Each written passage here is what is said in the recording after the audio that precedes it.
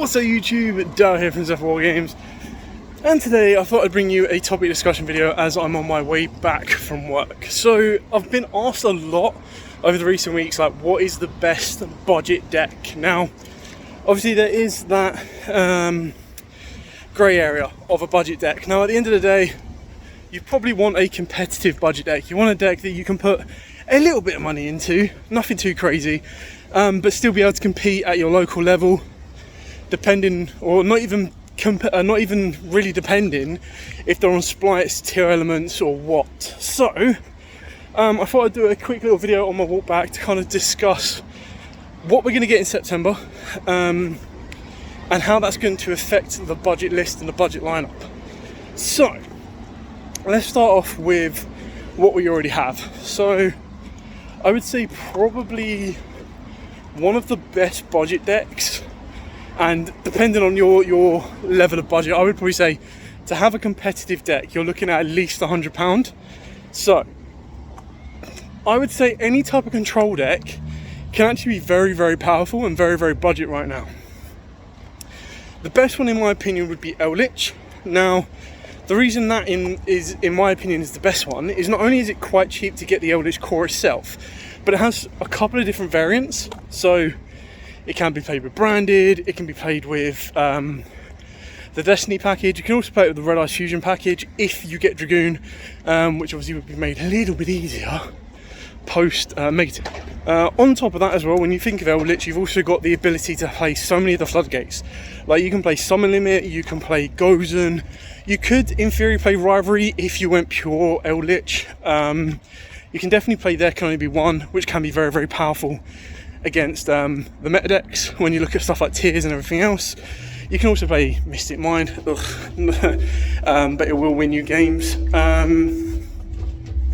So you've got access to all those floodgates. I would say that the only expensive card, you can even play Super Poly, the only expensive card, and even then it's not that expensive, it's like £15 a copy, is Lord of Heavenly Prisons, if you wanted to go down that route.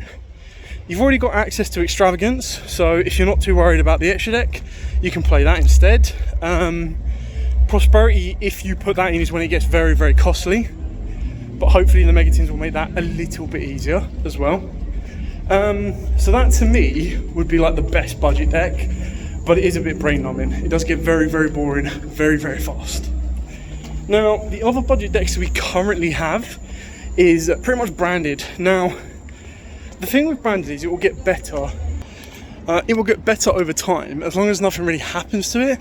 And to be honest, I think it'd be very harsh to hit any of its cards right now, because I don't think they're that much of an issue. They're a very good deck once you've mastered it. The fact that it can run Super Poly can really, really hurt tier elements. It can play without relying on its normal summon, so you can use Lava Golem. You can main deck Dark Ruler, break boards. Mirror Jade is a powerhouse on its own. I think its biggest weakness is an Ash Blossom on a branded fusion, so that's the one thing you need to take into account. Quite like Eldritch, it has multiple different variations, so you can play it pure, you can play it with the Despias, you can play it with Predator Plants, which I actually have a lot of fun with. And then the one core piece that a lot of people are missing that kind of take it out of the budget realm is branded opening and Masquerade Dragon with Quinteris, but all three of those should be getting reprinted in the Megatins.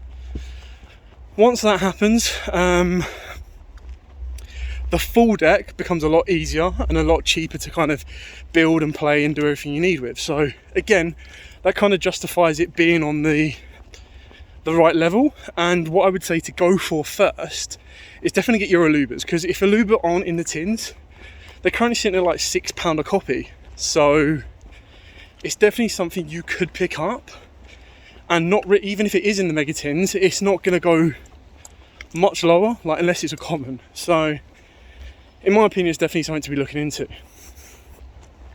Speaking of the Megatins, so let's look at the competitive decks we'll get post Megatins. So probably the one that stands out the most is going to be Sword Soul.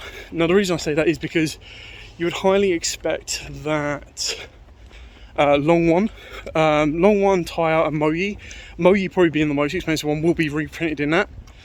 everyone that had sword styles before would have already upgraded their 10 years. So 10 years should be relatively easy to pick up as well. The deck has the ability to break through boards. I mean, obviously, it looks like the format is everyone is playing Dark Lord no more, which is completely fine. So I think the good thing about Sword Souls is it has natural outs to floodgates in the form of Vishuddha and Blackout. It has win cons during time. The only expensive card that you'll have in Sword Souls, even post the Megatins, will be Baron de Fleur, and you don't have to play it. I know a lot of players that are rarely going into Baron de Fleur. They're actually going into the level 10 Synchro because it will give you an additional draw, plus it has that lingering or that very nice kind of banish and burn effect. So it gives you the ability, should your opponent not be able to play around it, to burn your opponent down by 3600, because by the time you've made it, you've already used long one. So it definitely gives them a hill to climb during the battle phase. The 10 years offer so much.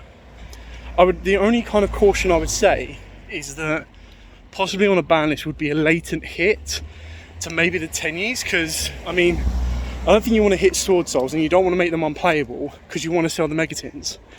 Even if the ban list was to come like a week after the Megatins, you still don't really want to nuke the deck after one ban list. That would be very, very weird and rare to happen.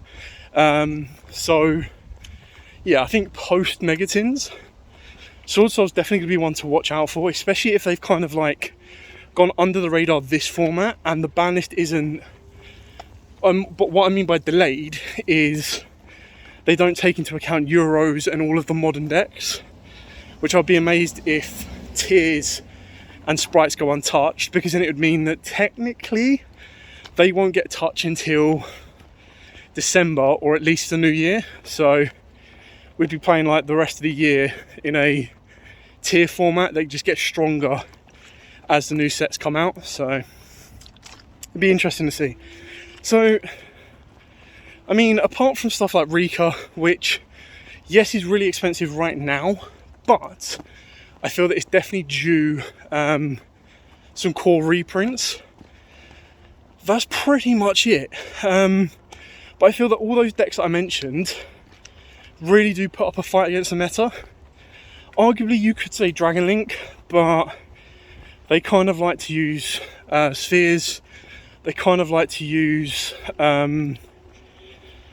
sometimes the adventure package as well, which isn't massively expensive, but it still does fetch you a few pennies. So give or take on that one. That's pretty much it that I would say budget. And like I said, what I mean by that is no more than about £100, $100, give or take. Exo Sisters are a nice control deck, but if you said to me, look, I can only buy one deck, what control deck do I get? I would say Eldritch. If you say you can only buy one deck, but you don't like control decks, if you're like, I need it now, this minute, it would be invested in branded Despias. And then if it was like, I can wait, I would probably then look at Sword Soul. But if you were to wait until the Megatins drop,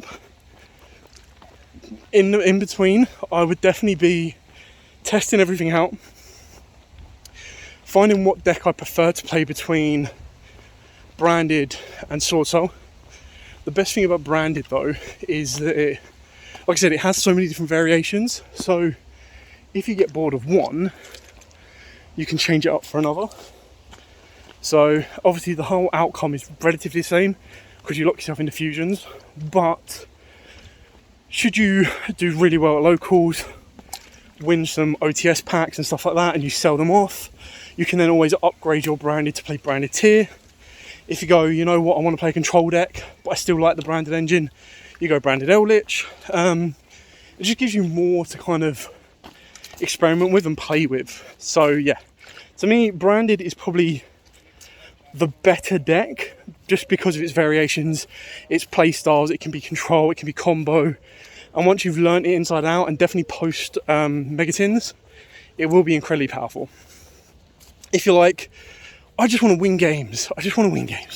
Don't care how, I just want to win games.